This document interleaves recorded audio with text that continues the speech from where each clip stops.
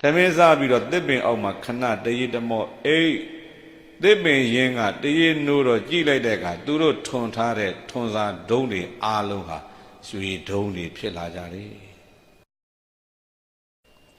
တထေးကြီးသူမနာအိမ်မှာလှုပ်လှုပ်တဲ့ပုံနာလို့ခေါ်တဲ့မျိုးသားတယောက်သူ့ဇနီးနောက်တကသူ့သမီးဥတ္တရာလေးသမီးသားဖ3ယောက်ရှိကြတထေးကြီးရဲ့အိမ်နောက်ဖေးအဖီလေးဆွဲ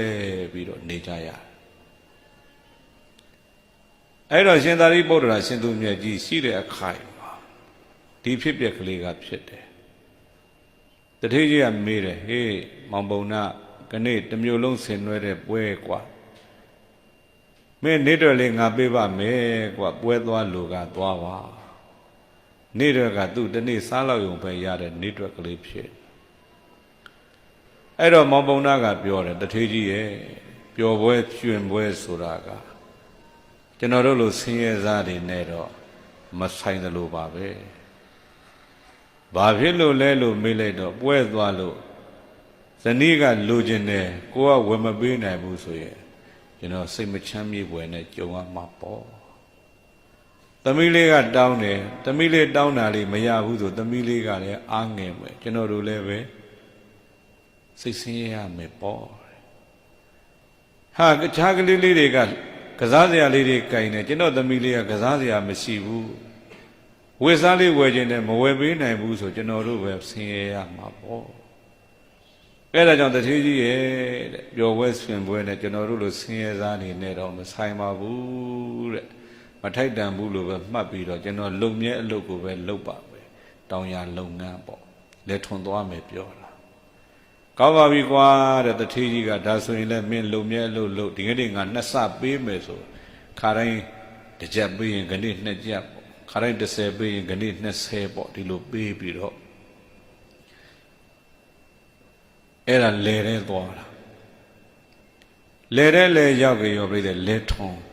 စောစောစီးစီးလဲတဲ့မှာလဲထွန်နေတော့နိရောဓသမဘကထလာတဲ့ရှင်သာရိပုတ္တရာအရှင်သူမြတ်ကြီးကခြုံလေးနှစ်ဘေးမှာလှမ်းပြီးတော့သူတွေးတယ်ဟာတရားသင်္နာဓမ္မသင်္နာပတိတရားစစ်သူကြီးအရှင်သာရိပုတ္တရာကြီးပဲဓမ္မဘူအလိုရှိလို့ထင်ပါရဲ့ဆိုပြီးတော့အရှင်သာရိပုတ္တရာရှိတဲ့အနာသွားပြီးတော့မှဘာလို့တော့မင်းတစ်ပင်လေးတစ်ပင်ကိုခုတ်ပြီးတော့မှဓမ္မဘူလေးတတ်ပြီးအရှင်သာရိပုတ္တရာကိုကတ်တယ်အရှင်သာရိပုတ္တရာကတ်တဲ့အခါ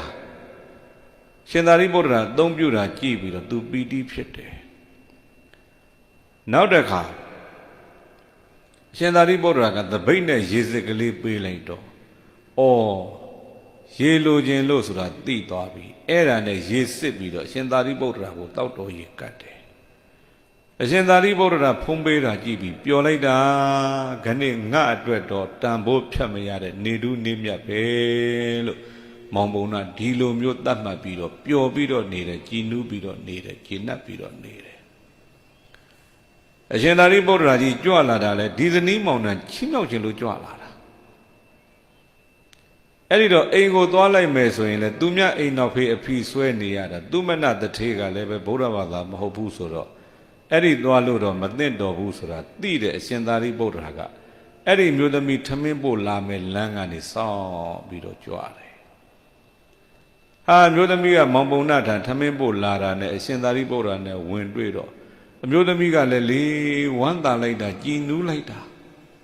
ဟဲအရှင်မြတ်ကြီးနဲ့တွေ့ပြီခါတိုင်းလေတဲ့ငါတွေ့တယ်လှူဝဲပစ္စည်းငါလက်ထဲမရှိဘူးတခါတခါလှူဝဲဝုဒ္ဓရှိတော်လည်းပဲမထေကျူမြတ်ကြီးနဲ့ငါမတွေ့ဘူးခဏတော့ငါလက်ထဲလည်းလှူဝဲဝုဒ္ဓရှိပြီရှင်သာရိပုတ္တရာကြီးနဲ့လည်းတွေ့ပြီမဆိုင်မတွကိုပြည့်တယ်လှူခြင်းစိတ်တွေကတပွားပွားဖြစ်တော့တိဋ္ဌထဗန္တိတိဋ္ဌထဗန္တိတိဝတ္တဝါခဏလေးရတ်တော်မူပါအောင်ဖရာခဏလေးရတ်တော်မူပါဖရာဆိုလျှောက်ပြီးတော့မှအဲ့ဒါဘာလို့တော့မေးလိုက်တော့ပြိဿမောင်ပုံနာတွေချက်လာတဲ့ထမင်းဟင်းတွေကိုရှင်သာရိပုတ္တရာသပိတ်ထဲကိုလောင်းထဲတာတဝက်လောက်လောင်းလိုက်တဲ့အခါရှင်သာရိပုတ္တရာကြီးကလက်ကလေးပြပြီးတားတယ်တော်တော်ရှင်ဖရာရေဒါတယောက်စာလေးပါ တပည့်တော်ကိုငဲ့ညာထောက်ထားတနာတော်အပြင်အကုန်လုံးသာအလူခံပေးပါဆိုပြီးတကားမကြီးကလည်းတရားတရားကကောင်းလိုက်တာအကုန်လုံးလောင်းထည့်ပေးလိုက်တယ်နောက်တကဆူတောင်းတယ်ရှင်ဖျားသိတဲ့သစ္စာ၄ပါးကိုဤကောင်းမှုကြောင့်တပည့်တော်သိခွင့်ရပါရစေဖျားဒီလိုလဲဆူတောင်းရှင်သာရိပုတ္တရာကြီးကပြည့်ပါစေပြည့်ပါစေပြည့်စေပြည့်စေစုပေးပြီးတော့ကြွသွားတယ်ရှင်သာရိပုတ္တရာရဲ့နောက်ကျောကိုကြည်လက်အုပ်ချီပြီးတော့ပီတိတွေတဖွာဖွာသဒ္ဓါတွေတဖွာဖွာနဲ့ကြံခဲ့တယ်ရှင်သာရိပုတ္တရာမျက်စိတွေကပျောက်သွားပြီဆိုမှအိမ်ကိုပြန်ပြေးပြီးတော့ခဏနေ့တော့ကနှစ်ဆရထားတော့ကြံတာလေးကိုပြိတ္တိမောင်ပုံနာအတွက်တခါပြန်ချက်ရှာတာသမင်းကနှစ်ခါချက်ဟင်းကနှစ်ခါချက်ရတော့အချိန်ကြီးကြာသွားတော့မောင်ပုံနာကလည်းလဲထဲမှာလဲထုံရင်းနဲ့နေမြင့်လာတဲ့အခါနေကလည်းပူဘိုက်ကလည်းစာလို့မနေနိုင်တဲ့ကနွားနှစ်ကောင်အနာပေးပြီးတော့အရိတ်ကလေးကနေပြီးတော့သူ့မျိုးသမီးလာရလမ်းကိုမျောပြီးတော့နေရှာတယ်ခါတိုင်း10 နာရီလောက်ရောက်ရင်ခဏ12 နာရီလောက်မှရောက်တော့သူဒေါသထွက်လိမ့်မယ်ပေါ့ဗျအမျိုးသမီးကဒီလိုတွေးပြီးနောက်ကျသွားတော့သူ့မျိုးသမီးလည်းမြင်လိုက်ရောမျိုးသမီးကလည်းလိမ္မာပန်းနဲ့စွာပြောတယ်အမောင်းနဲ့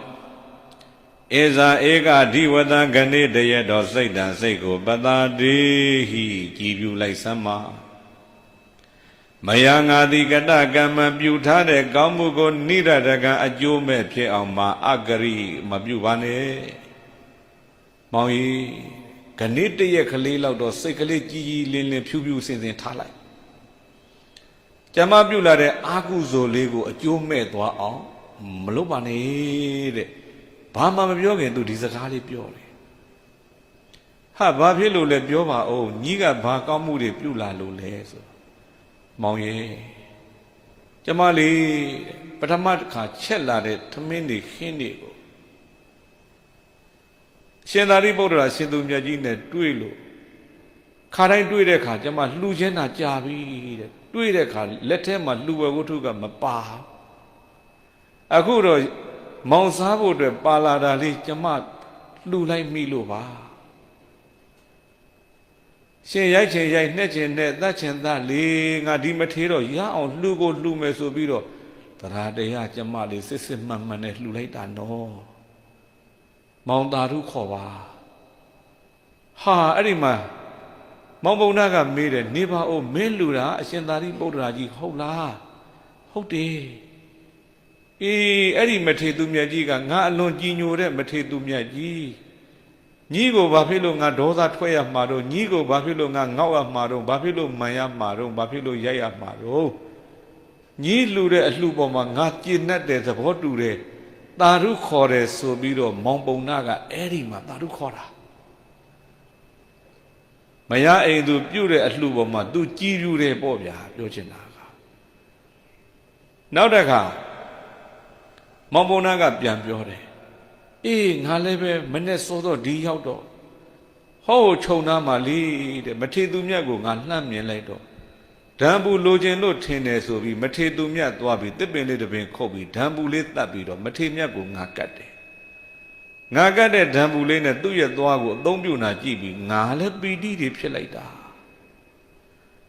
ငါပီတိဖြစ်လို့မဆုံးသေးဘူးတဲ့သူ့ရဲ့တပိတ်နဲ့ရေစစ်ကလေးငါလက်ထဲပေးတော့ငါတောက်ရည်စစ်ပြီးတော့ငါကတ်လိုက်သေးတယ်ခဏငါလဲလေတဲ့လေတော်ထဲမှာလဲလှုပ်ရင်းနဲ့ဓာန်ပူလဲကတ်ခွင့်ရတယ်မထေသူမြတ်ကြီးရေချမ်းလွဲကတ်ခွင့်ရတယ်ငါလှူတဲ့အလှပေါ်ရှစ်ဇနီးလေးရေသာဓုခေါ်ပါပြောတော့အမျိုးသမီးကလည်းဝမ်းမြောက်ဝမ်းသာအဲ့ဒီမှာသာဓုခေါ်တယ်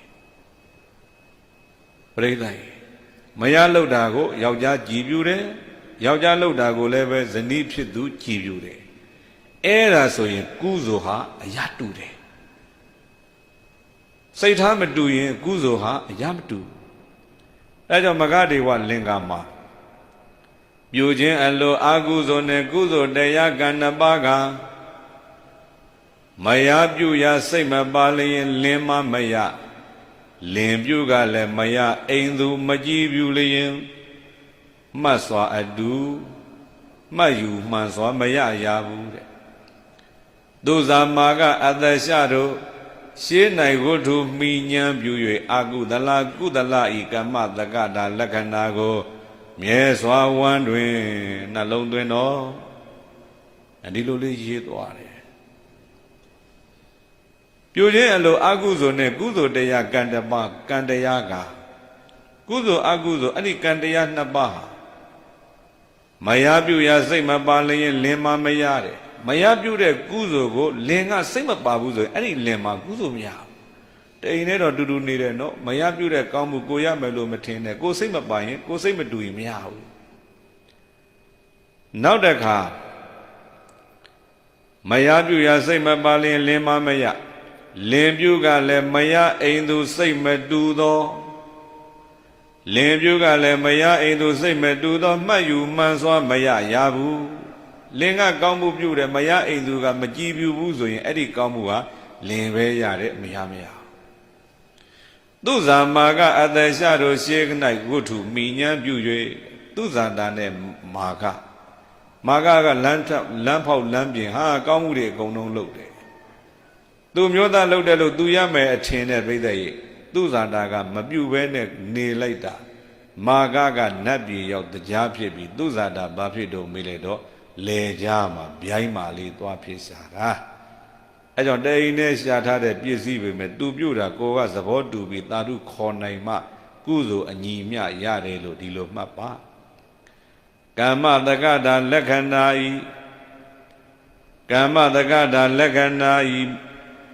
ကမ္မတက္ကတာလက္ခဏာကိုမြဲစွာဝမ်းတွင်နှလုံးသွင်းတော်အဲ့ဒါကိုကြည့်ပြီးတော့မကတေဝရေးသွားတယ်မောင်ပုံနာတို့ဇနီးမောင်နှံလဲဒီတိုင်းပဲတဲ့စိတ်တူကိုယ်တူပြုတ်လိုက်ကြတာဝမ်းမြောက်ဝမ်းသာတယောက်ပြုတ်ရတယောက်သာဓုခေါ်ပြီးတော့အဲ့ဒီမှာထမင်းစားပြီးတော့တစ်ပင်အောက်မှာခဏတရေတမော့အိတ်တစ်ပင်ရင်းကတရေနိုးတော့ကြည့်လိုက်တဲ့အခါသူတို့ထွန်ထားတဲ့ထွန်စာဒုံးတွေအားလုံးဟာရွှေဒုံးတွေဖြစ်လာကြတယ်။ဘာဖြစ်လို့လဲမေးလိုက်တော့ပြိဿနိရောဓသမဘကထလာတဲ့အရှင်သာရိပုတ္တရာကိုလှူခွင့်ရတယ်။လူဝဝတ္ထုကလည်းပြိဿကံအာဉာဏ်အာဝရိယအာနဲ့ကိုယ်တိုင်ရှားပွေထားတဲ့ဓမ္မိယလတ္တာဖြစ်နေလို့တရားတရားကလည်းပြိဿထက်ထက်တန်တန်နဲ့အင်မတန်မှအားကောင်းနေလို့အဲ့ဒီသုံးချက်ညီတဲ့အတွက်ဒါကြောင့်ဒိဋ္ဌဓမ္မဝေဒနိယကံနဲ့ချက်ချင်းကြိုးပေးတာပါဗျာအဲ့ဒါကြောင့်တရားချစ်ခင်သူတော်စင်များခဏိရသကြိုမှာအလွန်ချမ်းသာတဲ့မောင်ပုံနာလို့ခေါ်တဲ့ပုံနာတထေးကြီးဖြစ်ခြင်းရဲ့အကြောင်းဟာအရှင်သာရိပုတ္တရာရဲ့ချီးမြှောက်မှုကြောင့်ပဲလို့ဒီလိုနားလည်ကြပါဤကဲ့သို့ဓမ္မသည်အလုံးကိုယ်စီရှိပြီးတော့မှမိမိတို့ရဲ့ဘဝခရီးလမ်းဓမ္မနဲ့အညီဖြောင့်တန်းစွာရှောက်လန်းနိုင်ကြတဲ့သူတော်ကောင်းများဖြစ်ကြပါစေကုန်သတည်း